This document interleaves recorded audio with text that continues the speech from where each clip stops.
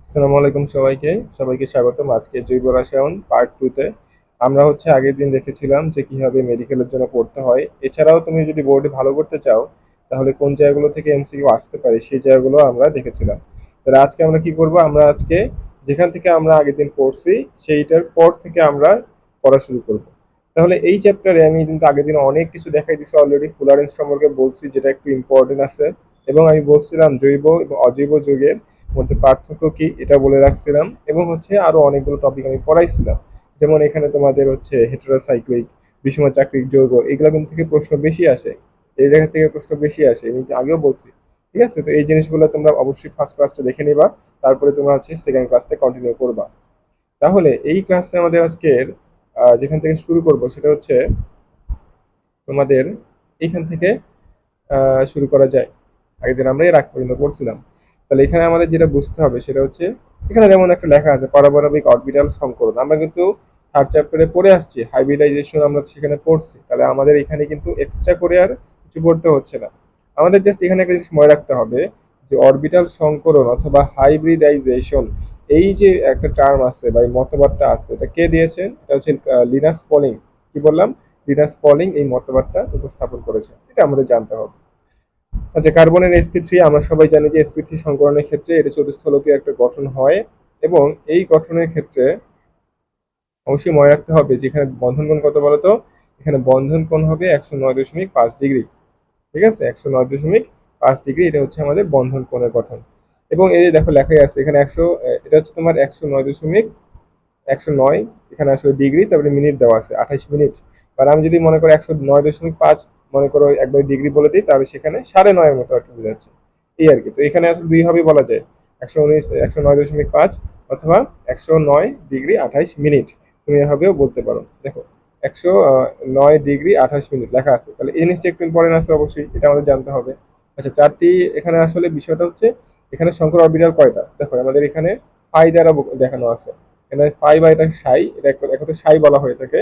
এই সাই দিয়ে আমাদের শঙ্কর অরবিটাল বোঝানো হয়েছে। তাহলে সেখানে দেখো 1 2 3 4 চারটা অরবিটাল আছে না? তাহলে আমি এখানে এস একটার জন্য, পি এর জন্য বাকি তিনটা, তাহলে 3 আর যোগ 1 করলে আমাদের 4 হবে। তাহলে যে চারটা শঙ্কর অরবিটাল। তোমরা যদি এখানে একটু দুর্বলতা থাকে অবশ্যই তোমরা থার্ড চ্যাপ্টারটা একটু পড়ে নিবা, তারপরে তুমি এগুলো একটু ট্রাই করবা বুঝার, ঠিক আছে? যেমন আমাদের যে টু পি এক্স এটা এরকম দেখতে, টু পি ওয়াই আমাদের একদম লম্বা, আর টু পি জেডটা আমাদের যে জেড অক্ষ বরাবর, তাই না? আমরা জানি এক্স ওয়াই জেড, এইভাবে আমাদের মনে রাখতে হবে। তো এই চিত্রগুলো কিন্তু ভালোই ইম্পর্টেন্ট আছে, এই চিত্রগুলো আমাদের ভালোই ইম্পর্টেন্ট আছে। আচ্ছা, আমি আগের দিন একটু হালকা পাতলা সংক্রমণ নিয়ে আমি কথা বলছি, তবে তোমাদের এখানে আরেকটা খুব ইম্পর্টেন্ট প্রশ্ন, সেটা দেখো যে sp3 শঙ্কর অরবিটালে 25% চরিত্র এস, sp3-র মধ্যে 25% তোমার এস, পি তোমাদের বাকি 75%। তার মানে এখানে কিভাবে করলাম, এই যে 4/1 ভাগ, 4/1 ভাগ তোমাদের এস, আর 3/4 ভাগ বা 4/3 ভাগ পি অরবিটাল, তাই না? এখান থেকে আমরা এটা পেয়েছি, এই আর কি, খুবই সিম্পল। এখান থেকে কত পার্সেন্ট এটা জানতে হবে। এবং এখানে আর কিছু সেরকম দেখো sp2 বলা আছে, মানে এখানে বন্ধন কোণ কত হবে বলতো? sp2 এর ক্ষেত্রে আমরা জানি 120 ডিগ্রি হবে। এখানে ওই সেম ভাবে বলা আছে টু টু এস। আর এস অরবিটাল সবসময় সার্কুলার হয়, এটা আমি তোমাকে কি বলছিলাম যে এস অরবিটালের ক্ষেত্রে আমাদের পাই বন্ধন হয় না। তাহলে এস অরবিটালের ক্ষেত্রে পাই বন্ধন হবে না, পি অরবিটালের ক্ষেত্রে হতে পারে, কারণ সেটা ইয়া। দেখো 120 ডিগ্রি এখানে দেওয়াই আছে, 120 ডিগ্রি এখানে দেওয়াই আছে। তাহলে এই 120 ডিগ্রি এখানে দেওয়াই আছে, তাই না? আমাদের এক্সট্রা করে আর মানে চিত্র দেখে আমাদের মনে রাখাটা সোজা হয়ে গেল, এই আর কি। এসপি2 এর ক্ষেত্রে অবশ্যই আমরা জানি যে এসপি2 এর ক্ষেত্রে কি হবে বলতো? আমাদের এই যে একটা পাই বন্ধন থাকবে এখানে, কারণ sp2 মানে সেখানে ডাবল বন্ড, sp3 মানে সেখানে সিঙ্গেল বন্ড, sp মানে সেখানে ট্রিপল বন্ড থাকবে, তাই না? sp মানে কি বলতো? sp মানে সেখানে ট্রিপল বন্ড থাকবে। আচ্ছা, এখন আমি যদি এখানে আসি কার্বনের sp সংকরণ বা ইথাইন বা অ্যাসিটিলিন অণুর গঠন। এই অ্যাসিটিলিনটাই তোমাদের ইথাইন, এটাই কিন্তু খুব ইম্পর্টেন্ট, এই অ্যাসিটিলিনটাই আমাদের ইথাইন। আচ্ছা, এই অ্যাসিডিন থেকে আমি কি পাচ্ছি? এটা sp সংকরণ বিশিষ্ট, এবং এটা 180 ডিগ্রি। কি বললাম? এটা 180 ডিগ্রি। এবং এখানে যেহেতু আমি বললাম sp, তাহলে দুইটা সংকর অরবিটাল থাকবে। তাহলে এখানে এই একটা সংকর অরবিটাল, এই একটা সংকর অরবিটাল। তাহলে আমরা সংকর অরবিটাল কি কি হিসাবে প্রকাশ করি বলতো? সাই হিসাবে প্রকাশ করি, তাই না? এটা একটা সাই 1, সাই 2, সংকর অরবিটাল নাম্বার 1, সংকর অরবিটাল নাম্বার 2। ঠিক আছে, তাহলে ওয়াই আর জেড কিন্তু সংকর অরবিটাল গ্রহণ করতেছে না। ওয়াই আর জেড তোমার সমান্তরাল থাকবে, এবং সেটা পাই বন্ধন গঠন করবে। আর এই যে সাই যেটা দেখা যাচ্ছে, এই সাইটা কি করবে বলতো? এখানে এই যে দেখো এই সাইটাই আমাদের সিগমা বন্ডটা তৈরি করবে। আর এই যে পাই বন্ধন আছে দেখো না দুইটা, তাহলে দুইটা হচ্ছে দুইটা অসংকর অরবিটাল, যেটা সংকরণে অংশগ্রহণ করে নাই, তারা হচ্ছে এই এস মানে এই যে তোমার দুইটা পি অরবিটাল ছিল তারা অংশগ্রহণ করবে। তাহলে আমি জানি কি, প্রথমে আমাদের একটা তোমার সিগমা হবে, এটা হচ্ছে সিগমা, বাকি পরে আমি যে গ্রিন কালার দিয়ে আঁকতেছি এটা হচ্ছে আমাদের পাই। এটা আগে সবাই তোমার পারো, তাও আমি একটু হালকা পাতলা বেসিকে চলে আসলাম, কারণ ক্লাসের তোমার এইম হওয়া উচিত তোমার বিগত তুমি যে চ্যাপ্টারগুলো পড়ছো সেগুলো তোমাকে একটু ধারণা দেওয়া, তখন তুমি আস্তে আস্তে চ্যাপ্টারটা ডাইজেস্ট করতে পারবা। আচ্ছা, এখন এই কার্বন কার্বন সিঙ্গেল বন্ডের ক্ষেত্রে আমরা জানি যে কার্বন কার্বন যদি sp2 হয়, যেমন আমাদের কিন্তু একটু পরে দেখবো, এই যে বেনজিন কিন্তু আবার তুমি দেখবা যেটা হচ্ছে তোমাদের এটা হচ্ছে sp2 হবে, ঠিক তাই না, sp2 হবে, কিন্তু sp2 হওয়ার সত্ত্বেও তুমি দেখবা যে এখানে তোমাদের কার্বনের ক্ষেত্রে একটু আলাদা হচ্ছে। আচ্ছা, আমি একটু সামনে তোমাকে দেখাবো, সমস্যা নেই। এখানে একটা খুব ইম্পর্টেন্ট টপিক আসছে, সেটা হচ্ছে কার্বন কার্বন দূরত্ব। কার্বন কার্বনে যদি sp3 হয় তাহলে হচ্ছে তোমাদের বন্ধন কোণ, তো আমি জানি sp3 মানে 109.5 ডিগ্রি অথবা 109 ডিগ্রি 28 মিনিট। ঠিক আছে, খুব ইম্পর্টেন্ট। আচ্ছা, sp2 হলে তো আমরা বলছি ইথাইন হচ্ছে তোমাদের sp2 চলে হচ্ছে আমাদের 120 হবে, আর ইথাইন হচ্ছে তোমাদের 180, তার মানে এটা কি হবে বলতো, তোমাদের এটা হচ্ছে সরল রৈখিক হবে। তাহলে এখানে সিম্পলি আমাদের একটা কথা মনে রাখতে হবে, সেটা হচ্ছে সরল রৈখিক। এই সরলরৈখিক কথাটা তুমি অবশ্যই কোথাও না কোথাও বইয়ে পাবা, এই দেখো লেখা আছে সরলরৈখিক। এবার এতে কি পাবা বলতো, এই যে sp2 যেটা সেটা হচ্ছে সমতলীয় ট্রাইগোনাল। তার মানে একটা তুমি ট্রাইগোনাল কিরকম বলতো, এরকম হচ্ছে একটা ট্রাইগোনাল পাবা। আর যদি চতুস্থলকীয় বলো সেটা হচ্ছে টেট্রাহেড্রাল। কি বললাম, টেট্রাহেড্রাল। তাহলে আমি এখানে একটু লিখে দিচ্ছি, এটা হচ্ছে তোমাদের টেট্রাহেড্রাল। হ্যাঁ, টেট্রাহেড্রাল হবে। আচ্ছা, কার্বন কার্বন দূরত্ব এখন আমাদেরকে একটু হালকা পাতলা জানতে হবে। কার্বন কার্বন দূরত্ব হচ্ছে তোমাদের এই যে sp3 হলে কি হবে জানো না তুমি, sp3 হলে এই কার্বন দূরত্বটা সবচেয়ে বেশি। তুমি যখন দেখবা sp হয়ে যাচ্ছে, যেমন দেখো এখানে sp, তার মানে তিনটা বন্ধন আছে, 1 2 3। তিনটা বন্ধন থাকলে বেশি নিচের দিকে টানবে না, দুইটা কার্বন পরমাণু কিন্তু বেশি একে অপরের দিকে আকর্ষিত হবে, তিনটা বন্ধন আছে যেহেতু। তাহলে এখানে দূরত্ব সবচেয়ে কম 120, আর যেখানে তোমার একটা বন্ধন খালি সেখানে দূরত্ব সবচেয়ে বেশি 154। তাহলে কি হয়ে মনে রাখবো ভাইয়া, দেখো এখানে আমি সুন্দর করে লিখে রাখছি যে কার্বন কার্বন যদি সিঙ্গেল বন্ড থাকে তাহলে সেখানে হচ্ছে আমাদের 154 হবে, 0.154 তো বলা হয় না, 154 ন্যানোমিটার। ঠিক আছে। আর কার্বন কার্বন যদি তোমার ডাবল বন্ড হয়, যেমন দেখো এখানে কিন্তু কার্বন কার্বন দূরত্ব হচ্ছে এটা তোমাদের সিঙ্গেল বন্ড, তার মানে sp3, এটা হচ্ছে তোমাদের ডাবল বন্ড, এটা হচ্ছে তোমাদের ট্রিপল বন্ড। এটা কি বলতো, ট্রিপল বন্ড। ঠিক আছে। আচ্ছা, এখানে একটা কথা হলো যে এই সিঙ্গেল বন্ড থাকলে আমাদের কেন 154 হচ্ছে, এখানে আসলে যে কেন আমি আসলে ন্যানোমিটার ছাড়াই লিখছি, এটা 0 পয়েন্ট, এটা এইভাবে করে লিখতে হবে। প্রত্যেকটা তুমি 0 পয়েন্ট, এই যে 134 মানে কত করে কমতেছে দেখো তো, 154, 20 কমায় দাও 134, আরো তুমি যদি তুমি 20 কমায় দাও, 20 কমানোর পরে 24 কমাইতে হবে আসলে। এটা আসলে তোমার 24 না 14 কমাই দিতে হবে, 14 কমাই দিলে 120 হবে। তো এখানে হচ্ছে 20 গ্যাপ আছে একটা। তুমি দাবি কার্বন হাইড্রোজেন দেখো, সেখানেও sp3 এর ক্ষেত্রে 110, 109, 106। তাহলে এইভাবে তুমি সিকোয়েন্সটা মনে রাখবা, 54, 36 আর 20। এদিকে তোমার 110, 109, 100 আর 106, 10, 9 আর 6। এই 9কে উল্টাইলে তোমার 6 এর মতো লাগে, তাই না? তাহলে এখান থেকে ইনশাল্লাহ আমরা পারবো যে কার্বন কার্বন দূরত্বটা, এটা একটু আমরা হালকা করে দেখে নিব। ঠিক আছে, এটা ইম্পর্টেন্ট আছে, এই জায়গা থেকে আমাদের প্রশ্ন চলে আসতে পারে। আচ্ছা, তাহলে আমরা এখান থেকে ছকটা ভালো মতো করবো। এস ক্যারেক্টার এটা খুবই ইম্পর্টেন্ট। এই এস ক্যারেক্টারটা এটা অনেক সময় প্রশ্ন দেয় যে এস ক্যারেক্টার কত পার্সেন্ট। তাহলে আমরা জানবো যে ইথেনের ক্ষেত্রে এস ক্যারেক্টার হচ্ছে 25%। ইথিনের ক্ষেত্রে জানো, ওই যে বললাম না, ইথেনের ক্ষেত্রে আমাদের sp2, তাহলে এখানে কয়টা সংখ্যা অরবিটাল, তিনটা, 3 উপরে 1, তাহলে 3 ভাগের 1 ভাগ হচ্ছে 33%। এখানে এখানে দুইটা অরবিটাল এস আর পি, তাহলে 2 এর 1 মানে হচ্ছে 0.5%। আবার এই যে 25% কেন, কারণ এখানে 4 ভাগের 1 ভাগ, মানে চারটা সংখ্যা অরবিটাল, তার মধ্যে একটা হচ্ছে এস। বুঝতে পারছো? তাহলে আমাদের গঠন করতে হবে, আমাদের এই যে বন্ধন কোণের দূরত্ব যেটা আছে এটা অবশ্যই জানতে হবে। এর পরবর্তীতে আমাদের এই যে এস ক্যারেক্টার কি পরিমাণ 25%, এটাও জানতে হবে। এবং তুমি দেখবা ইথাইনের ক্ষেত্রে এস ক্যারেক্টার বেশি দেখে কিন্তু এটার কি হয় বলতো, ইথাইন আসলে না, এটা আসলে যে কোনো তুমি দেখবা ট্রিপল বন্ডের ক্ষেত্রে, যেমন প্রোপাইনের ক্ষেত্রে তুমি দেখবা সেখানে তোমাদের এসিডিক ধর্ম পাওয়া যায় এস ক্যারেক্টার বেশি থাকার কারণে। আচ্ছা, ইথিলিন যারা তুমি যেটা বলতে পারো যে ইথিন বলা হয় অথবা ইথিলিনও বলা হয়, এটা তো আমরা জানি sp2, এবং এটা হচ্ছে সমতুল্য ট্রাইগোনাল, 120 ডিগ্রি আমাদের বন্ধন কোণ। আর ওই যে কার্বন কার্বন দূরত্ব 154, 134, 120, এটা অবশ্যই মনে রাখবো, 154, 134, 120। ঠিক আছে। আচ্ছা, এখন কথা হলো যে আমরা হচ্ছে খুব সহজেই ট্রাই করবো জিনিসগুলো বোঝার, কারণ হলো আমাদের কিন্তু অনেক হাই লেভেলের ক্লাস অনলাইনে অলরেডি আছে। তো আমরা হচ্ছে সেগুলোর প্রতি ফোকাস না দিয়ে আমাদের বোঝার জন্য যতটুকু সহজে আমরা বুঝতে পারি সেভাবে আমরা ক্লাসগুলো করব। ঠিক আছে, আমাদের আইএমটা এইভাবে হওয়া উচিত। তো সমগোত্র শ্রেণী, এটা প্রশ্ন অনেক সময় আসে, সমগোত্র শ্রেণী বলতে কি বোঝায়। সমগোত্র শ্রেণী বলতে সিম্পলি যেটা হচ্ছে একটা নির্দিষ্ট কার্যকরী মূলক থাকবে। এই কার্যকরী মূলকের ভিতরে যেগুলো আমাদের মনে করো যৌগ থাকবে সেগুলো একই সমগোত্র শ্রেণীর অন্তর্ভুক্ত, যেমন এসিড বলো বা অ্যালডিহাইড বলো, কিটোন বলো। ঠিক আছে, রাসায়নিক বিক্রিয়া, এখানে একটা প্রশ্ন আসলে মেডিকেলে আসছিল যে রাসায়নিক বিক্রিয়া প্রায় সমান হচ্ছে আইসোটোপ, মানে আইসোটোপের ক্ষেত্রে রাসায়নিক বিক্রিয়াগুলো প্রায় সেম হয়। এটা আর কি একটা প্রশ্ন ছিল। আচ্ছা, এখানে এখন অনেকগুলো বৈশিষ্ট্য জানতে হবে যে আমাদের যে সমগোত্র শ্রেণী বললাম এগুলোর মধ্যে অনেকগুলো বৈশিষ্ট্য আছে যেগুলো এরা ফলো করে। এই বৈশিষ্ট্যগুলো কি কি ভাইয়া? এর মধ্যে দেখো দেখো সমগোত্র শ্রেণীর যৌগগুলোর মধ্যে নিম্নোক্ত বৈশিষ্ট্য থাকে। আচ্ছা, কি কি বৈশিষ্ট্য থাকে একটু জানতে হবে। সাধারণ সংকেত থাকবে একটা, অবশ্যই সাধারণ সংকেত থাকবে। যেমন ধরো যে আমরা যে অ্যালকাইল মূলক বলি, অ্যালকাইল মূলকের সাথে তুমি যদি ওএইচ যুক্ত করো তাহলে সেটা হচ্ছে অ্যালকোহল হবে, তাই না? এটা আমাদের অ্যালকোহল হবে। এবং আমি যদি এই আর এর সাথে তুমি যদি আবার কি যোগ করো, অ্যালডিহাইড যোগ করো, তাহলে এটা কি হবে বলতো? অ্যালডিহাইড মূলক মানে তো অ্যালডিহাইড। আবার আর এর সাথে তুমি যদি সি ডাবল এইচ যুক্ত করো তাহলে দেখো সব একটু সাধারণ সংকেতের মধ্যে আনা যাচ্ছে। আর মানে তো যে কোনো কিছু হতে পারে। এটা তুমি সিএস3 হতে পারে, এটা হচ্ছে তোমাদের C2H5 হতে পারে, তাই না? এটা যে কোনো কিছু হতে পারে। আর মূলক মানে আমরা জানি CnH2n+1, এটা আমরা সিম্পলি জানি। আচ্ছা, এখন আমাদের কথা হলো যে এই মিথিলিন মূলকটা কি বলছে। এগুলোর মধ্যে মিথিলিন মূলকের পার্থক্য থাকে। তুমি যেমন ধরো এখানে একটা দেখো মিথেন লেখছি না, মানে ইথাইল মূলক লেখছি না? অথবা তুমি চিন্তা করো যে এখানে আমাদের অ্যালকোহল আছে, মিথানল আছে, এই ওয়েস্টটা তো বাদ যাবে, কিন্তু এই মিথেনের এই মিথাইল মূলক আর এটার মধ্যে পার্থক্য কত বলো তো?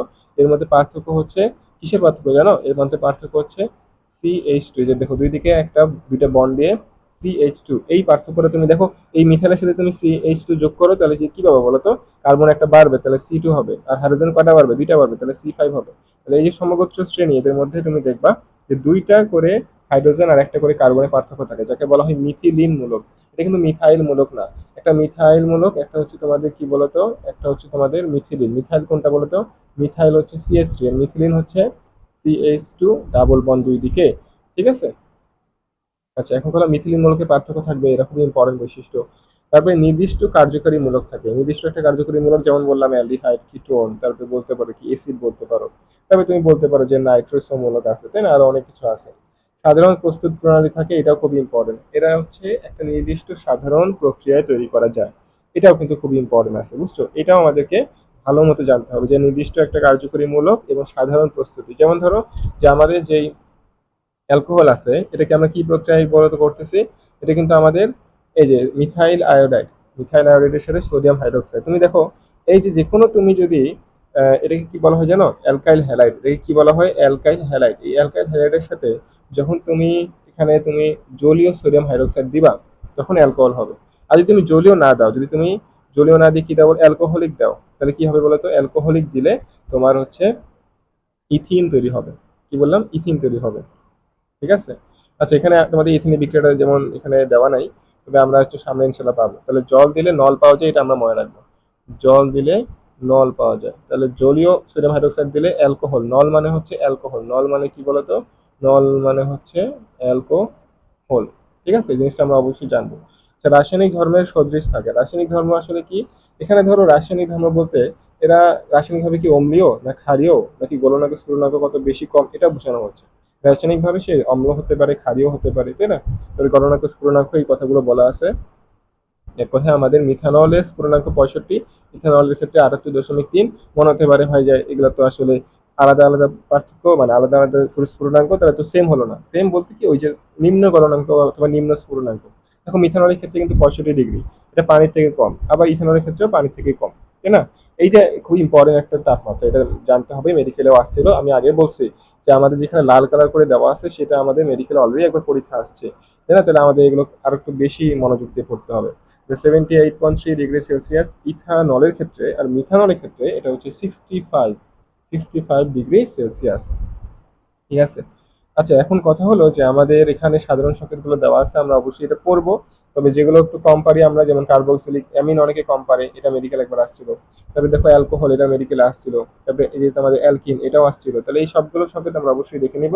বা একটা কথা হচ্ছে যে অ্যালকিনের ক্ষেত্রে প্রথম সদস্য কিন্তু ইথিন, মিথিন কিন্তু হয় না। তাহলে এখানে আমাদের কি মিথিন হবে?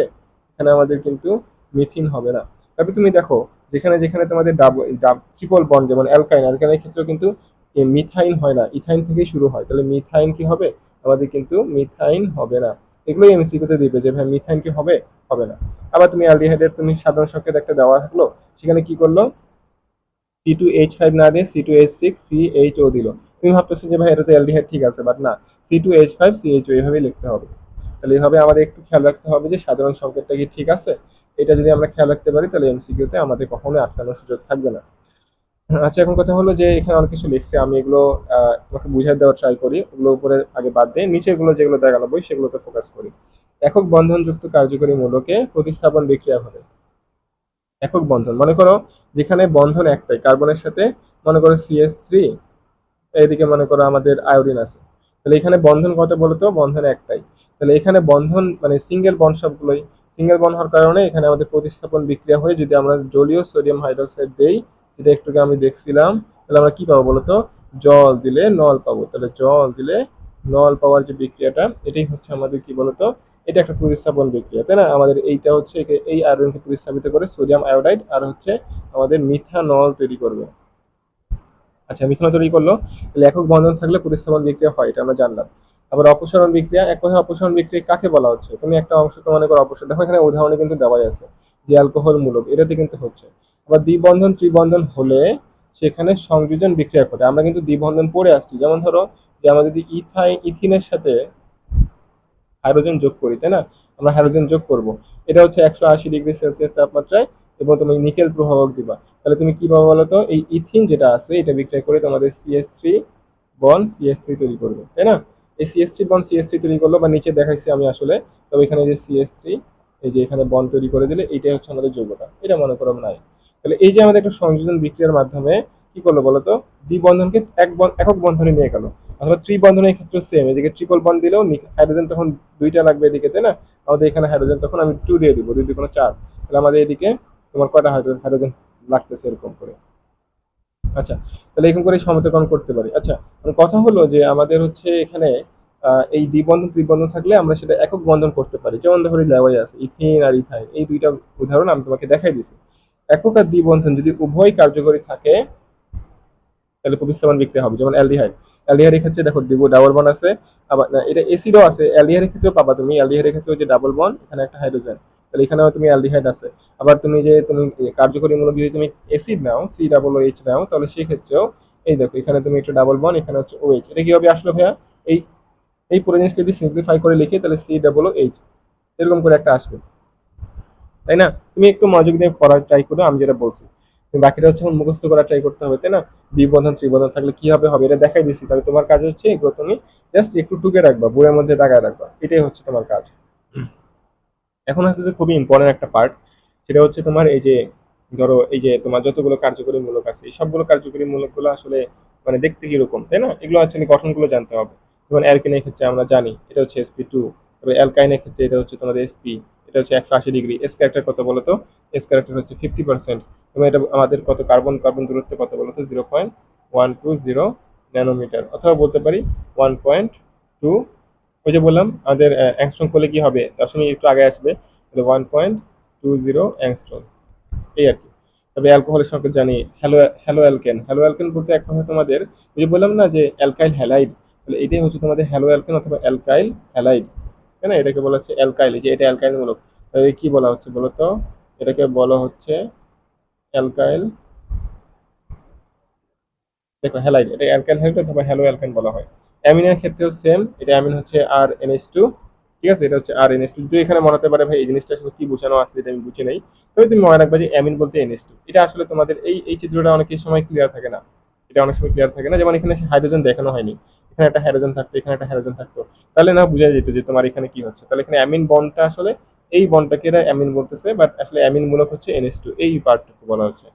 আচ্ছা, অ্যালডিহাইড মূলক এখানে কি আছে বলতো? এই যে অ্যালডিহাইড, এখানে কিন্তু মুক্তজোড় ইলেকট্রন দেখানো আছে। কি বললাম? মুক্তজোড় ইলেকট্রনটা এখানে দেখানো আছে, ঠিক আছে? আচ্ছা, কিটোন মূলক তো আমরা জানি, এটা খুবই সোজা। কার্বক্সিলিক অ্যাসিড ইন্টারে ওঠার আগেই আমরা হচ্ছে এসএসসি লেভেলে পড়ে আসছি, তো এগুলো আগে খুব বেশি কঠিন হবে না। Carboxylic acid ester COOR। আচ্ছা, অ্যামাইডের আছে CONH2, এটা হচ্ছে অ্যামাইড অথবা পেপটাইডও বলা হয়ে থাকে। মানে এটা হচ্ছে এক কথায় পেপটাইড কিন্তু না, এটা অ্যামাইড। আর পেপটাইড হচ্ছে আমাদের CONH, নিচে দেখো লেখা আছে। CONH হচ্ছে পেপটাইড আর অ্যামাইড হচ্ছে CONH2। একটু তোমাকে যদি ক্লিয়ার করি যে হ্যাঁ আমাদের হচ্ছে যেমন করে একটা অ্যামাইনো অ্যাসিড হচ্ছে, এখানে কার্বন, এখানে COOH, এটা একটা তোমাদের প্রোটিন মনে করো সাপোজ। তাহলে এই প্রোটিনের ক্ষেত্রে এখানে একটা হাইড্রোজেন আসবে, আচ্ছা, এই আর মূলকটা চেঞ্জ হওয়ার মাধ্যমে প্রোটিনের নামটা চেঞ্জ হয়। এটা আসলে একটা অ্যামাইনো অ্যাসিড দেওয়া আছে। দুইটা অ্যামাইনো অ্যাসিড যখন পাশাপাশি আসে তখন আমাদের এই যে কার্বক্সিলিক অ্যাসিড মূলক আছে না, এই NH2 মূলক আছে, এই NH2 মূলকটা একটু চেঞ্জ হয়। যেমন ধরো এখানে একটা তোমাদের COH, এখানে মনে করো একটা প্রোটিন, আর এখানে একটা NH2 এদিকে। তাহলে কি হবে বলতো, এই NH2 টা যেটা আছে, এই NH2 টা হচ্ছে আমাদের এখানের সাথে বন্ড তৈরি করবে, এই হাইড্রোক্সিল মূলকটা চলে যাবে, এবং এখানে পানি হতে কি লাগে, একটা হাইড্রোজেন লাগে, তাহলে এখানে একটা সিঙ্গেল হাইড্রোজেন চলে যাবে। তাহলে এখান থেকে বের হয়ে গেল কি বলতো, এখান থেকে আমাদের পানি বের হয়ে গেল। আর কি পেলাম আমরা এখানে, আমরা পাচ্ছি, এই দেখো এটাকে আমি যদি একটু সিম্পলিফাই করে এটাকে মিশাই দেই, এই অংশটা যদি আমরা মিশাই দিই এবং এখান থেকে যদি একটা হাইড্রোজেন কমাই দেই, তাহলে তুমি কি পাচ্ছ বলতো, এখানে নাইট্রোজেনের সাথে বন্ড পাচ্ছ। এখানে এখানে অবশ্যই একটু একটু খেলা আছে, কারণ হচ্ছে কি যে কার্বনের সাথে সরাসরি নাইট্রোজেন বন্ড তৈরি করে, আর যে অক্সিজেনটা ছিল সেটা আসলে উপরের দিকে থাকে আমাদের, আর যে হাইড্রোজেনটা ছিল এক্সট্রা করে নাইট্রোজেনের, সেই হাইড্রোজেনের এটা হাইড্রোজেনটা এখন এদিকে থাকবে। তাহলে এইটাই হচ্ছে আমাদের সেই পেপটাইড বন্ড, COONH। আর যদি বলি যে না এটা হচ্ছে আমি অ্যামাইড চাচ্ছি, মনে করো এই যে CONH2, তাহলে এটা কিন্তু অ্যাসিডের সাথে অ্যাসিডের যে OH মূলকটা ছিল সেই OH মূলককে প্রতিস্থাপন করে NH2 মূলকটা আসছে, এটাকে বলা হচ্ছে অ্যামাইড। আর নাইট্রাইল মূলককে বলা হচ্ছে RCN, এটাকে বলা হচ্ছে নাইট্রাইল মূলক। এটা কি বলা হচ্ছে, নাইট্রাইল মূলক, RCN। তাহলে এটাকে সায়ানাইড মূলকও বলা হয়, দেখো এখানে লেখাই আছে পাশে। এটা কি বলা হয় বলতো, এটাকে বলা হচ্ছে সায়ানাইড। এবং তুমি কিন্তু জানো পৃথিবীর একটা ওয়ার্ডেদার আমাদের এই সায়ানাইড খেয়েই তোমার হচ্ছে আত্মহত্যা করেছিল, তাহলে এটা খুবই বিষাক্ত, এটা জানতে হবে আমাদেরকে, এটা খুবই বিষাক্ত। আচ্ছা, এখন এই যে এটাকে নাইট্রাইল মূলকও বলা হয়, সায়ানাইড মূলকও বলা হয়, তাহলে দেখো এখানে লেখাই আছে, আমাকে এক্সট্রা করে কিন্তু কিছু বলতে হলো না, এখানে কিন্তু নাইট্রাইল সায়ানাইডটা দেওয়াই আছে। আচ্ছা, এখন দেখো এখানে একটা এক্সট্রা মূলক দেওয়া আছে, যেমন হলো এখানে নাইট্রো মূলক দেওয়া আছে, আবার নাইট্রোসো মূলক দেওয়া আছে, আবার হচ্ছে আইসোসায়ানাইড, অথবা কি বলতো, এই দেখো আইসোসায়ানাইড এটাও কিন্তু আছে। আইসোসায়ানাইড হচ্ছে তোমাদের সায়ানাইড মূলককে উল্টাই দিবা, NC। ঠিক আছে, যদি এটা কিন্তু আসলে কার্বিলামিন বিক্রিয়ার মাধ্যমে, এই যে তুমি দেখতে পারবা যে কার্বিলামিন বিক্রিয়ার মাধ্যমে আইসোসায়ানাইড তৈরি হয়। আচ্ছা, কার্বিনামিন বিক্রিয়ার মাধ্যমে প্রাইমারি অ্যামাইনো অ্যাসিড শনাক্ত করা হয়, এটা তুমি পড়বা। যদি তুমি কোনো কালে পড়ে থাকো জৈব যৌগ, তাহলে তুমি এটা জানো এমনিতে। আর যদি না জেনে থাকো তাহলে ইনশাল্লাহ আমরা যতটুকু মানে যাচ্ছি আমরা পার্ট পার্ট করে ইনশাল্লাহ আগাই, ওখানে একসঙ্গে পৌঁছায় যাবো। তাহলে আমাদের এখান থেকে একটু পড়া শেষ। এখানে জানতে হবে যে অ্যালকেনের কোনো কার্যকরী মূলক নাই। তা তুমি নিজে চিন্তা করো যে তোমাদের ক্ষেত্রে অ্যালকিন বললে তুমি চিন্তা করবা যে এইটা হচ্ছে অ্যালকিন। তুমি যদি বলো যে ইথাইন বা হচ্ছে তোমার অ্যালকাইন, তাহলে কিন্তু তুমি এইটা চিন্তা করবা, তাই না, তুমি এটা চিন্তা করবা। বাট তুমি যদি অ্যালকেন বলতে হয়, তাহলে অ্যালকেন মানে হচ্ছে carbon carbon single bond, but এই সিঙ্গেল বন্ডটা সব জায়গায় আছে, তাই না, ডাবল বন্ডটা মনে করে না হয় এক জায়গায় আছে, এটা অন্য কোনো পাওয়া যাবে না। বাট অ্যালকেনে কিন্তু নির্দিষ্ট কোনো কার্যকরী মূলক নাই। এবং এদের ক্ষেত্রে এদের কি বলা হয় বলতো, এদেরকে বলা হচ্ছে প্যারাফিন। এদেরকে কি বলা হয় বলতো, এদেরকে বলা হচ্ছে প্যারাফিন। এটা জানতে হবে। জৈব যৌগের নামকরণ এটা আসলে খুবই একটা জটিল জিনিস, এবং এই নামকরণের ক্ষেত্রে অনেকেই অনেক সমস্যা ফেস করে। এটা কি করে বলতো, অনেকে অনেক সমস্যা ফেস করে, আমি তোমাদের আজকে সিম্পলিফাই করে দেওয়ার ট্রাই করবো। জৈব যৌগের নামকরণটা আমি মনে করি জৈব যৌগের নামকরণ তুমি হালকা পাতলা শিখলে তোমাদের এই আজকের মতো একটা ক্লাস মোটামুটি মানে ক্যাপ আপ করা যাবে।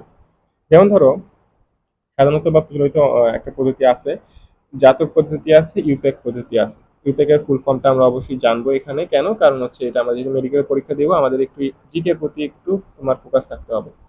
International union of pure and applied chemistry. এখন এই সাধারণ বা প্রচলিত পদ্ধতি বা এই যে উদ্ভূত জাত, এগুলো আসলে কি, এগুলো আমি তোমাকে সিম্পলিফাই করে দিব। বা আমরা হচ্ছে কোনটা ফলো করি, আমরা ইউপ্যাক ফলো করি, জাতক পদ্ধতিটা আমরা এখন ফলো করি না, কিছু ক্ষেত্রে এটা ফলো করা হতে পারে, বাট ইউপ্যাকটা হচ্ছে মেইন আমাদের জন্য, ইউপ্যাকটা হচ্ছে জেনেভা বা ইউপ্যাক এক কথায়। এখন দেখো তুমি এখানে নামকরণগুলো কিরকম আসছে আমি বলি। সাধারণ পদ্ধতি মানে হচ্ছে এটা হচ্ছে মনে করো যেগুলো নামকরণ এমনি এমনি করা হয়েছে, যেমন এটার নাম কি বলতো, এটা হচ্ছে আমাদের ইথিন, তাই না, এটা হচ্ছে ইথেন বলা হয়, কেন, কারণ ইথেন হচ্ছে সহজে জ্বলতে পারে, যেটা সহজে জ্বলতে পারে তাকে বলা হচ্ছে, গ্রিকে বলা হয় এইথেন, এর নামকরণ করা হয়েছিল ইথিন। ঠিক আছে। আবার পিঁপড়ার মধ্যে ফর্মিকা, যেটা পিঁপড়া আছে তার নামকরণ থেকে, সেই পিঁপড়ার মধ্যে এবার এসিড আছে, যে এসিডটা আছে তাকে বলা হয় ফর্মিক অ্যাসিড, তাহলে পিঁপড়ার নামকরণ থেকে আসছে আমাদের ফর্মিকা থেকে ফর্মিক অ্যাসিড। ফর্মিক অ্যাসিড দেখা যায় প্রস্রাবের মধ্যে কি আছে বলতো, প্রস্রাবের মধ্যে ইউরিয়া আছে, আর ইউরিয়া নামটা আসছে ইউরিন থেকে, ইউরিন মানে কি প্রস্রাব, তাহলে ইউরিন থেকে ইউরিয়া, ফর্মিকা থেকে ফর্মিক অ্যাসিড, এইথিন মানে যেটা জলে সেটা থেকে ইথেন। এই জিনিসগুলো আমাদেরকে জানতে হবে, এগুলো হচ্ছে এক কথায় তোমাদের যে বললাম প্রথম নাম্বারটা যেটা ছিল সাধারণ বা প্রচলিত নাম, এগুলো এগুলো হচ্ছে প্রচলিত নাম, কি বললাম, এগুলো হচ্ছে প্রচলিত নাম।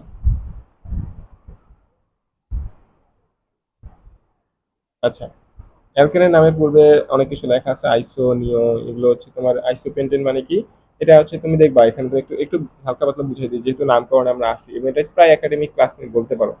তো এখানে আসলে শাখামূলক শাখাযুক্ত শাখা আইসোমেট্রিক বলা হয়ে থাকে, মনে করো যে এখানে হচ্ছে আইসোপেন্টেন না, তুমি এখানে দেখবে যে মূল শাখাটা আসলে কি। এখানে আমি মনে রাখবা নামকরণের ক্ষেত্রে তোমাকে যেহেতু শিখাচ্ছি, আমরা একটা মূল চেইন নিব। কি বললাম, প্রথমে একটা আমাদের লংগেস্ট মূল চেইন নিতে হবে। মনে করো যেখানে লংগেস্ট চেইন মানে কি, মনে করো এই বরাবর আমি গেলে আমি হচ্ছে 1 2 3 4 চারটা কার্বন পাচ্ছি। বাট আমি যদি এদিক থেকে এদিকে যাই তাহলে 1 2 3টা কার্বন পাচ্ছি। তাহলে লংগেস্ট কোন দিকে, লংগেস্ট হচ্ছে এই দিকে। তাহলে আমি কিন্তু লংগেস্ট কার্বন চেইন এটা আমরা প্রথমে খুঁজবো। লংগেস্ট কার্বন চেইন পেয়ে গেছি আমরা। লংগেস্ট কার্বন চেইন পেলে আমাদের কাজ হচ্ছে এখন শাখামূলক দেখা। এখন শাখা কোনটা, এটা লংগেস্ট হলে এটা হচ্ছে শাখা। শাখা এটার নাম কি হবে বলতো, এটা হচ্ছে মিথাইল মূলক। কার্বন নাম্বারিং করতে হলে এটা মনে করো 1, এটা হচ্ছে 2, এটা হচ্ছে 3, এটা হচ্ছে 4। তাহলে এটা হচ্ছে আমাদের 2 মিথাইল। কেন 2 বললাম, কারণ আমাদের আগে দেখতে হবে শাখাটা কোন দিক থেকে আগে আসে। তাহলে আমাদের এখানে কি বললাম, যদি শাখা থাকে তাহলে তাহলে শাখা কোন দিক থেকে আগে আসবে। তাহলে যেখানে তুমি এই যে শাখা ইজ ইকুয়াল টু আগে, অথবা তুমি যদি বলতে পারো যে কোন শাখাটা আগে আসতেছে সেটা তুমি জানতে হবে। তাহলে এখানে হচ্ছে 2 মিথাইল, কি হবে তো 2 মিথাইল গ্রুপ, এটা হচ্ছে চারটা কার্বন, তাহলে হচ্ছে বিউটেন হবে, 2 মিথাইল বিউটেন। আচ্ছা, এখানে বলা হচ্ছে আইসোপেন্টেন। আসলে আইসোপেন্টেন মানে কি, এখানে যে বললাম না শাখা যদি থাকে তাহলে এটাকে ওই যে প্রচলিত নাম অনুযায়ী এটাকে আইসো বলা হয়। ঠিক আছে, যেমন ধরো যে এন যুক্ত করা হয়, এই যদি কার্বন শিকলের এক প্রান্তে 3টি কার্বন মূলক, মনে করে যে 3টি কার্বন পরমাণু যুক্ত মূলক শাখা থাকে, তখন ওই যুগকে আইসো যুগ বলা হয়। পূর্বে আইসো যুগ, এর কোনো কোনো কার্বন শিকলে একটি চতুর্মাত্রিক অর্থাৎ 4টি কার্বন পরমাণু যদি থাকে তাহলে তাকে কি বলা হয়, নিওমার বলা হয়। আসলে এগুলো নামকরণ কিন্তু খুবই পুরাতন, এগুলো এখন কোনোভাবে ইউজ করা হয় না। আমরা কিন্তু এগুলো আসলে শিখবো না, এগুলো আসলে কোনো দিক থেকে আমাদের এখন ইউজ করা হয় না। যেটা বললাম এগুলো হচ্ছে লংগেস্ট কার্বন চেইন। তোমাকে আচ্ছা দাঁড়াও, এই লংগেস্ট কার্বন চেইন এই নামটা খুবই ইম্পর্টেন্ট। এই থিওরিটা খুবই ইম্পর্টেন্ট, এই জিনিসগুলো খুবই কম আসে। এই বাকি জিনিসগুলো যা আছে এগুলো খুবই কম আসে। তবে আমি তাও তোমাকে একটু হালকা দেখাই দিলাম যে এন আইসো নিও যদি কোনো কালে আসে তাহলে এটা আইসো পেন্টেড। কেন বলা হচ্ছে, কারণ 5টা কার্বন আছে। আর যদি তোমার এই যে একটা শাখা আছে তাহলে আইসো, তবে নিও মানে হচ্ছে তোমাদের 2টা শাখা আছে, তাই না? আর তোমার যদি দেখো এন পেন্টেড মানে হচ্ছে এখানে এক কথায় পেন্টেন আছে এখানে, শেষ। মানে এখান থেকে আসলে খুব বেশি জানা কিছু নাই। আমি তোমাকে এটা বুঝতে চাচ্ছি, এখানে কিন্তু তোমার আরো নামকরণ আছে, সেগুলো সামনে তোমাকে দেখাচ্ছি। আচ্ছা, এখন এগুলো উদ্ভিদের পদ্ধতি অনেক কিছু দেওয়া আছে, আমাদের এখানে জানতে হবে যে উদ্ভিদের মধ্যে একটা খুবই ইম্পর্টেন্ট নাম, যেটা থেকে প্রশ্ন খুবই প্রায়শ আসে। এখানে আগেগুলো থেকে কিন্তু প্রশ্ন আসে না, এই জায়গা থেকে প্রশ্ন আসে, যেটা হচ্ছে দেখো মিথানল, দেখে কার্বিনলও বলা হয়। কার্বিনল কোনটা আমি বলি তোমাকে, কার্বিনল হচ্ছে তোমাদের এই যে মিথাইল কার্বিনল CH2OH, এই মূলককে বলা হচ্ছে কার্বিনল। তাহলে তুমি লিখে রাখো ভাইয়া যে CH2OH এটাকে বলা হচ্ছে কার্বিনল। এটাকে কি বলা হয় বলতো, এটাকে বলা হচ্ছে কার্বিনল। এটাকে কি বলা হচ্ছে বলতো, এটাকে বলা হচ্ছে কার্বিনল। কার্বিনল কোনটা, আমাদের হচ্ছে CH2OH, এটাকে বলা হচ্ছে কার্বিনল। আচ্ছা, এই কার্বিনল থেকে কি প্রশ্ন আসবে যে আমাদের মিথাইল কার্বিনল কোনটি, তাহলে মিথাইল মূলক এটা, কার্বিনল মূলক এটা। আচ্ছা, ইথাইল কার্বিনল, ইথাইল মূলক থাকবে, তাহলে ইথাইল মূলক আর কার্বিনল মূলক। আর যদি বলি ডাই মিথাইল কার্বিনল, তাহলে 2টা মিথাইল থাকবে, এই দেখো 2টা মিথাইল আর একটা কার্বিনল। বাট এখানে কার্বিনলের চিত্রটা তোমার চেঞ্জ হয়ে গেছে, এখানে কিন্তু হাইড্রোজেন আর 2টা নাই, এখানে একটা হাইড্রোজেন আছে। কেন আছে বলি তোমাকে, কারণ তোমার কিন্তু হাত কার্বনে সীমিত। ডাইমিথাইল মানে এদিকে তুমি যদি 2টা মিথাইল নাও তাহলে কিন্তু তোমার এখানে একটা অবশ্যই OH নিতে হবে। আর এখানে যে CH2 বসানোর জায়গায় নেই, আর একটা এইচ কি তুমি হ্যাঁ খুব কষ্ট করে একটা এইচ বসাতে পারবা, বাট H2 করতে হবে তোমার 5টা হাত লাগবে, তাই না? 5টা হাত লাগবে, 5টা হাত কি তোমার কাছে আছে? অবশ্যই নাই। এই জন্য বলছি যে আমাদের এখানে জাস্ট একটা হাইড্রোজেন হবে। কি হবে বলতো, একটা হাইড্রোজেন হবে। এই জিনিসগুলো মনে রাখতে হবে, এখান থেকে প্রশ্ন আসে। দেখো আমি কিন্তু স্টার দিয়ে রাখছি একদম। এবং তুমি দেখো এখানে কুমিল্লা বোর্ডে 2016 সালেও আসছে, এবং পরবর্তীতে শুধু 16 সাল না, তুমি 18 দেখবা, তুমি হচ্ছে 19 20 দেখবা, সব জায়গায় এই প্রশ্নটা তুমি পাবা। মিথাইল কার্বনাল, এই যে মিথাইল মূলক আর কার্বিনল মূলক এটা থাকবে। নামকরণে তুমি শিখার টেকনিকটা কি, নামকরণ শিখার টেকনিকটা হচ্ছে তুমি একটা, মনে করা যেটা বললাম, প্রথমে লংগেস্ট চেইন নিবা, তারপরে শাখামূলক থাকলে শাখামূলক যেখান থেকে আগে হবে সেটা তুমি নিবা। এটা হচ্ছে 2টা নিয়ম বলছি না আমি, ইনশাল্লাহ আরো সামনে নিয়ম বলতেছি। এগুলো হচ্ছে তুমি টুকিটাকি নিয়ম খাতার মধ্যে বা বইয়ের মধ্যে লিখে রাখবা। তোমার কিন্তু নোট করার সময় নেই, ইন্টারে কিন্তু আমাদের যুগ যুগ পড়ার মতো এত সময় হয় না। আর ইউপ্যাক যেটা জেনে ভাই সেটা সবচেয়ে ইম্পর্টেন্ট। এখানে 3টা পার্ট থাকে, একটা হচ্ছে শব্দমূল, পরপদ বা সাফিক্স, আর একটা প্রিফিক্স। এগুলো আমরা আস্তে আস্তে জানবো, 3টা অংশ সম্পর্কে আমরা ভালো মতো জানবো। ঠিক আছে। আচ্ছা, এখানে এক্সট্রা কিছু আর বলা নেই। এখানে যেমন ধরো মিট ইট, এবং এখানে 10 15 সবাই পারি। 11 নম্বরটা অনেকে পারি না, এটাকে বলা হচ্ছে উনডেক। 11 নম্বর, 12 নম্বরকে বলা হচ্ছে ডোরেক। ঠিক আছে, উনডেক আর ডোরেক।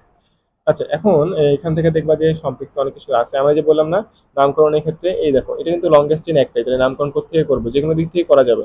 কেন, কারণ আমি এদিক থেকে করলেও 6টা কার্বন, এদিক থেকে করলেও 6টা কার্বন, তাহলে এটা কি আমাদের হেক্সেন হচ্ছে না? তাহলে এই যে দেখো সিম্পল সিম্পল নাম যেগুলো আমরা পারি সেগুলো আমরা আস্তে আস্তে শুরু করবো। এই যে হেক্সা, তারপর হচ্ছে আমাদের হেপ্টা, অক্টা, এগুলো তো আমরা পারি, তাই না? এগুলো ইনশাল্লাহ সমস্যা হবে না। যেমন দেখো এখানে লংগেস্ট চেইন কোনটা, লংগেস্ট চেইন কিন্তু এই বরাবর লংগেস্ট চেইন। তাহলে আমি আবারও লিখি, আমাদের কিন্তু লংগেস্ট চেইন এইটা আমাদের আগে পারতে হবে, লংগেস্ট চেইন। শাখামূলক কোথা থেকে আগে হয়? শাখামূলক এদিকেও আমাদের, কিন্তু কথা হচ্ছে শাখামূলক কোন দিকে আমাদের বেশি, এটাও দেখতে হবে। এদিক থেকে আসলে আমাদের দুইটা শাখামূলক পাচ্ছি, আর এদিক থেকে আসলে আমাদের একটা শাখামূলক পাচ্ছি। তাহলে 2 নম্বর কার্বনেই আমাদের শাখামূলক আছে, বাট বেশি শাখামূলক। তাহলে আমি যেটা বললাম যে শাখামূলক আগে আর বেশি, তাহলে শাখামূলক একটা হচ্ছে তোমার ইকুয়াল দিয়ে রাখবা, ইকুয়াল দিয়ে বেশি লিখবা, বেশি শাখামূলক যেখানে পাবা আর যেখানে আগে পাবা, তাহলে আগে পাচ্ছি তাহলে বেশি পাচ্ছি, এই জিনিসগুলো থেকে আমাদের কার্বন চেইনের যে দিক থেকে নাম্বারিং করবো সেটা আমার জানতে হবে। তাহলে দেখো আমি যদি ডান থেকে আসি তাহলে হবে না, আমাদেরকে বাম থেকে অবশ্যই আসতে হবে। কি আসতে হবে বলতো? আমাদের বাম থেকে আসতে হবে। বাম থেকে আসলে কি হবে? এই দেখো টু টু টু ডাইমিথাইল, কি বললাম? টু টু, কিন্তু ডাইমিথাইল কি হবে? এখানে মিথাইল কিন্তু তিনটা আছে, তাহলে 2 2 4 ট্রাইমিথাইল পেন্টেন, 2 2 4 ট্রাইমিথাইল পেন্টেন। এখানে খুবই একটা ইম্পর্টেন্ট টপিক হচ্ছে যে 2 2 4 এখানে হাইপেন দিতে হবে। কি দিতে হবে? হাইপেন দিতে হবে। তারপর হচ্ছে ট্রাইমিথাইল, ট্রাইমিথাইল, এবং এটার নাম কি হবে বলতো? এটার নাম হবে পেন্টেন, ট্রাইমিথাইল পেন্টেন। ঠিক আছে, 2 2 4 ট্রাইমিথাইল পেন্টেন। দেখো এখানে কিন্তু একটা নামকরণ, যেটা হচ্ছে তোমাদের ভুল নামকরণ দেওয়া আছে, সেটা হচ্ছে 2 4 4, যেটা আসলে ভুল। কেন এদিক থেকে আসা যাবে না? কারণ শাখামূলক যেখানে বেশি এবং আগে পাওয়া যাবে সেটাই হচ্ছে আমাদের এখানে জানতে হবে। বুঝতে পারছো? তাহলে আমাদের কিন্তু ওই যে দেখো প্রথম দিকে আমাদের দুটা নিয়ম পড়লাম, সাধারণ নিয়ম, এগুলো কিন্তু আসলে এখন ইউজ করা হয় না। এই যে আমি যেগুলো বলতেছি এখন সেগুলো বেশি ইউজ করা হয়, তাহলে আমরা এই নিয়মটাই ফলো করবো। আচ্ছা, মিথাইল সাইক্লোহেক্সেন, এখানে 1 ইথাইল 3 মিথাইল অনেক কিছু লেখা আছে না? এখন মনে হচ্ছে ভাই একটু কঠিন হয়ে যাচ্ছে, এগুলো তো পারি না বা এরকম কিছু। আমি তোমাকে সিম্পলিফাই করি, যেটা হচ্ছে মনে করো সাইক্লিক যৌগ। এখন আমাদের যেগুলো আসছে সেগুলো সাইক্লিক যৌগ, এগুলোর নাম কিভাবে করবো? দেখো সাইক্লোপ্রোপেন, তাহলে প্রোপেন তো বুঝতে পারতেছি, বাট সাইক্লো, এটা তো বিউটেন বুঝতে পারতেছি, বাট সাইক্লো, তাই না? এটা যেমন স্কোয়ার। তবে দেখো এটা কিন্তু আমাদের পেন্টেন, পেন্টেন না, পাঁচটা এখানে আছে না, 1 2 3 4 5, আর সাইক্লো আছে, সাইক্লো পেন্টেন শেষ। এখানে ডাবল বন্ড আছে, ডাবল বন্ড না থাকলে তো এখানে অ্যালকেন হবে, তাই না? ডাবল বন্ড না থাকলে তো আমাদের এখানে কি হবে? অ্যালকেন হবে। তাহলে এখানে খুব কিছু কঠিন হলো কিছু? খুব কিছু কঠিন হলো না। আবার ধরো এখানে আমাদের এখানে সাইক্লোহেক্সেন আছে, সাইক্লোহেক্সেন এখানে কিন্তু কথা হচ্ছে ওই সেম জিনিস, এখানে কিন্তু বেঞ্জিনের মতো না, এটা বেঞ্জিনের মতো হলে এখানে কি হতো? একটা সার্কেল দিত, অথবা বেঞ্জিন হলে কি হতো? একান্তর দ্বিবন্ধন থাকবে, সেটা কিন্তু নাই। তাহলে এখানে সিম্পলিফাই ভাবে আমরা জানবো এটা সাইক্লোহেক্সেন। তাহলে এই হেক্সেন মানে কি? 4 6টা কার্বন আছে, সাইক্লো মানে সাইক্লো। কিন্তু এখানে কিন্তু সাইক্লোটা অবশ্যই হবে, যে এখানে সাইক্লো হবে, বাট এখানে যে মিথাইল মূলক আছে, তাহলে এখানে কি আমরা বলবো যে 2 মিথাইল? এখানে কিন্তু আবার কার্বন সংখ্যা নাম্বারিং করার দরকার নাই। এখানে নাম্বারিং কেন দরকার নেই? কারণ এখানে মিথাইল মূলকটা ওখানে, এটা 1 নম্বর কার্বনই আছে। এটাকে 1 নম্বর কার্বন ধরা হচ্ছে, 1 নম্বর কার্বন থাকলে এটাকে ধরা বলা লেখা হয় না। তাহলে এখানে মনে রাখতে হবে যে এক লিখতে হয় না, এক লিখতে হয় না। ঠিক আছে, তাহলে মিথাইল সাইক্লোহেক্সেন। আচ্ছা এখন দেখো এখানে কিন্তু আবার খেলা আছে, এখানে হচ্ছে আমাদের একটা বড় মূলক আছে আর এখানে ছোট মূলক আছে, তাহলে বড় মূলক থেকে নাম্বারিং শুরু হবে। বললাম না বড়, তাহলে এটা হচ্ছে একটা পয়েন্ট, সেটা হচ্ছে বড় মূলক থেকে নাম্বারিং শুরু হবে। তাহলে এটা হচ্ছে 1। এখন এদিকে কেন আসতেছি? কারণ আমাদের এখানে কিন্তু মূলকটা আগে পাচ্ছি না, আমাদের 2 নম্বর থেকে 3 নম্বর কার্বনে মূলক আসতেছে। বাট আমি ডান দিক থেকে আসলে আমাদের 2 3 4 5 নম্বরে আসতো মূলকটা, 3 নম্বরের মূলক আসতেছে, সেটা আগে আসে। 3 নম্বরটা আমরা আগে ধরবো, তাহলে 1 3, কি হবে বলতো? কিন্তু 1 3 বললে হবে? হবে হবে না, কারণ হচ্ছে 1 3 কিন্তু সেম মূলক না। আমি তো আগের বলছিলাম 2 2 4, তাহলে ওখানে সেম মূলক ছিল। দেখো মিথাইল মূলক, মিথাইল মূলক, এখানে কিন্তু সেম মূলক নাই। এখানে কি নাই বলতো? এখানে কিন্তু সেম মূলক নাই। এখানে হচ্ছে 1 3, এক কি বলতো? 1 3, কিন্তু 1 3 হবে না, কারণ একের আগে একের মধ্যে অন্য কিছু আছে। এটা কি হবে বলতো? এক হচ্ছে ইথাইল, 1 ইথাইল, আবার হাইপেন দিবা, 3 মিথাইল, 3 মিথাইল, এবং এটা এমনিতে যৌগটা কি? সাইক্লোহেক্সেন। তাহলে সাইক্লোহেক্সেন হচ্ছে মূল যৌগ, তাহলে 1 ইথাইল 3 মিথাইল সাইক্লোহেক্সেন। আর সেখানে একটা দেওয়া আছে, এগুলো কিন্তু জটিল মনে করে অনেকে, আমি এটা সিম্পলিফাই। দেখো এখানে হচ্ছে 1 নম্বর কার্বন, 2 নম্বর কার্বন। এখন কথা হচ্ছে কোনটা কার্বনটা নিব। এখন কথা হচ্ছে যে এটা কিন্তু আসলে এই যৌগটাই, এটা এই যৌগটাই হচ্ছে তোমাকে এভাবে লেখা আছে, এই যৌগটাই ভাবে লেখা আছে। ঠিক আছে, দেখো আমি তোমাকে বলি, এখানে কিন্তু তোমাদের নামকরণের ক্ষেত্রে আসলে যৌগটা কি বুঝতে হবে। তোমাকে সক্রিয় সিরিজটাকে পড়তে হবে। তোমাকে সক্রিয় সিরিজটাকে দেখাই যে আমাদের কোনো একটা যৌগ কি হবে সেটা আমরা কিভাবে বুঝবো। এটা আমাদের দেখো এখানে দেওয়া আছে। কোনো একটা যৌগের মধ্যে যদি তোমার এসিড মূলক থাকে, তাহলে আমাদের কি হয় বলতো? এসিড মূলক থাকলে আমাদের অবশ্যই এসিডটা, এটাকে যৌগ এসিড হিসেবেই ধরতে হবে। বাট এসিডের সাথে তুমি মনে করো এলডিহাইড আর এসিড দুইটি আছে, তাহলে যৌগটা কি হবে? এসিড, এসিড হবে। কেন? সক্রিয় সিরিজের মধ্যে মানে কার্যকরী মূলকের যে অগ্রগণ্য যে ক্রম, সেটার মধ্যে এসিড মূলকটা উপরে আছে। আর যদি বলতাম অ্যালডিহাইড আর কিটোন, তাহলে অ্যালডিহাইড মূলক হতো। কিটোন আর যদি ওই ছিল, তাহলে আমি কিটোন মূলককে নিতাম। তার মানে বুঝতে পারছো যে দুইটা মূলক থাকলে, মনে করো দুইটা মূলকই আছে, তাহলে আমরা কোনটা নিব? যেটা উপরে আছে সেটাকে আমরা নিব। এটা সিরিয়ালটা মুখস্থ করে নিও। প্রথমে অ্যাসিড, অ্যাসিড মানে দেখো যেগুলো স্টার দেওয়া সেগুলো বেশি লাগে। তো স্টার দেওয়া আছে কার্বক্সিলিক অ্যাসিডের মধ্যে, অ্যালডিহাইডের স্টার দেওয়া আছে, অ্যালডিহাইড বেশি লাগে, কিটোন বেশি লাগে, অ্যালকোহল বেশি লাগে। তাহলে এই যে CH লিখে মনে রাখবা, CH আছে না, CH থেকে একটা ওই বাদ দাও, তাহলে একটা অক্সিজেন বাদ দিলা, আর একটা হাইড্রোজেন বাদ দাও, তাহলে সিও হবে। আবার এখান থেকে এল এটা হলো না, আবার এখান থেকে কার্বনটাই বাদ দেওয়া, তাহলে হচ্ছে অ্যালকোহল। তারপরে হচ্ছে ইথিন 2 কার্বন, তারপরে 3 কার্বন, 3টা বন্ড, তারপরে হচ্ছে সিঙ্গেল বন্ড, তাহলে অ্যালকিন, অ্যালকাইন, তারপরে হচ্ছে অ্যালকেন। এই জিনিসগুলো একটু জানতে হবে। আচ্ছা তোমাকে একটু সামনে দেখাই। নামকরণ কিন্তু খুবই সিম্পল, বুঝছো? তুমি যদি একটু এই যে বই থেকে প্র্যাকটিস করতে পারো, আমি যেভাবে দেখাই দিচ্ছি, তাহলে হয়ে যাবে। যেমন দেখো এখানে কি আছে বলতো, আমাদের এখানে অ্যালকেন মূলকটা আছে, এই দেখো সিঙ্গেল সিঙ্গেল বন্ড আছে, এটাকে বলা হচ্ছে অ্যালকেনটা। এখন অ্যালকেনের এই যে একটা জায়গা, এখানে কিন্তু ডাবল বন্ডও আছে, তাহলে বলতো অগ্রগণ্য মূলক কোনটা? অগ্রগণ্য মূলক কিন্তু এই যে অ্যালকিন। অ্যালকিন হচ্ছে তোমাদের অগ্রগণ্য মূলক। অ্যালকিন যদি অগ্রগণ্য মূলক হয়, তাহলে তুমি কি করবা? তাহলে তোমার কাজটা কি? তাহলে যৌগটা অ্যালকিন, তাহলে অ্যালকিন হলে 1 2 3 4 5, 5টা কার্বন, তাহলে ওখানে আমি জানতে পারছি যে পেন্টিন, তাহলে যৌগটা আসলে পেন্টিন হবে, তাই না? এই যৌগটা কি হবে বলতো? এই যৌগটা আমাদের পেন্টিন হবে। এখন পেন্টিন হলো, ঠিক আছে, কোন দিক থেকে কার্বন নাম্বারিং করবো? যেদিক থেকে আমাদের ডাবল বন্ডটা আগে আসবে, যে বললাম না আগে আসবে। তাহলে কোন দিক থেকে ডাবল বন্ডটা আগে আসে বলতো? এখান থেকে 1, এখানে 2, এখানে 3, তাহলে 2 নাম্বার কার্বন আগে পেয়ে যাচ্ছি। আর ওই দিক থেকে আসলে আমাদের 4 নাম্বার কার্বন লাগবে, 3 নাম্বার কার্বন লাগতো। তাহলে আমি জানি যে টু টু পেন্টিন, তাই না? আমি বলতে পারি কি বলতো, এটা হচ্ছে আমাদের পেন্টিন, তাহলে হচ্ছে 2 পেন্টিন। তাহলে কি হয় বলতো? পেন্টিন অথবা পেন্ট 2 ইন। এটা আবার আরেকভাবে লেখা যায়, সেটা হচ্ছে পেন্ট, পেন্ট কি হবে বলতো? 2 ইন, পেন্ট 2 ইনও এটা ভাবে লেখা যায়। বুঝতে পারছো? এখানে কিন্তু দেখো নামক্ষণ লেখা আছে, যে পেন্ট 2 ইন, দেখো এর উপরে লেখা আছে পেন্ট 2 ইন লেখা আছে। ঠিক আছে, পেন্ট 2 ইন লেখা আছে, আর বাকিগুলো তুমি পারবা। যেমন এটা তুমি দেখো ডাবল বন আছে, ডাবল বন কোন দিক থেকে তুমি আগে পাবা? আচ্ছা লংগেস্ট চেইনটা আগে দেখো, কোনটা লংগেস্ট চেইন? এদিক থেকে পাচ্ছ না, এদিক থেকে হবে না, এদিক থেকে কিন্তু মেইন চেইন হচ্ছে আমাদের, তাই না? আচ্ছা মেইন চেইন এটা হলে আমাদের ডাবল বনটা কোথায় আসতেছে আগে? ডাবল বনটা আমরা পাচ্ছি 2 নাম্বার কার্বনে। আচ্ছা এদিক থেকে আসলে শাখামূলক, আচ্ছা শাখামূলক আর ডাবল বন যদি দুইটাই থাকে, তাহলে আমরা কোনটা নিব? তাহলে আমি কোনটা নিব? তাহলে আমাদেরকে মনে রাখতে হবে, যেখানে ডাবল বন্ড, যেখানে কার্যকরী মূলক আগে পাবো, তাহলে আমাদের মনে রাখতে হবে শাখা আগে না, আগে দেখবো কার্যকরী মূলক। কার্যকরী মূলক কিন্তু এখানে ডাবল বনে যে এটা, তাহলে কার্যকারী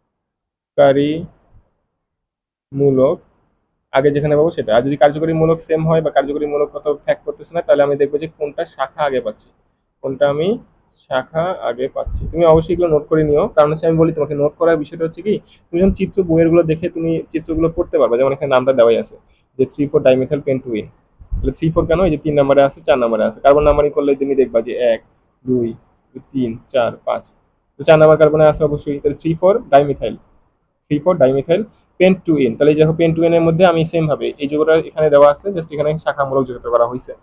আচ্ছা আমি মনে করি যে তোমাদের আজকে যতটুকু আমি শিখাইছি, তুমি হচ্ছে জাস্ট একটু এগুলো ফোকাস রাখবা। আমি তোমাকে যেটা বললাম, দেখতে হবে যে আগে কোনটা আসতেছে। দেখো লংগেস্ট চেইন আমি বলছি, শাখামূলক আগে আসতে হবে। তুমি আগে কার্যকরী মূলক দেখবা কোন দিক থেকে আগে পাওয়া যায়, অথবা দেখবা যে তুমি শাখামূলকটা কোন দিক থেকে পাচ্ছ। আর এই শাখামূলকগুলো আবার নাম আছে, তোমাকে দেখাই। যেমন প্রত্যেকটা শাখার আবার নাম আছে।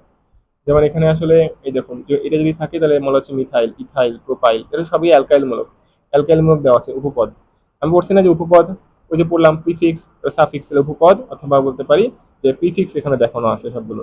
আর এটা শব্দমূল, যেটা আমাদের মেইন শব্দ। ঠিক আছে, আমি মনে করি তুমি জাস্ট বইটা আমি এখন পড়াই দিলাম না তোমাকে, তুমি জাস্ট এখন এই যে নামকরণগুলো একবার নিচ থেকে প্র্যাকটিস করবে, আর কিছু করতে হবে না।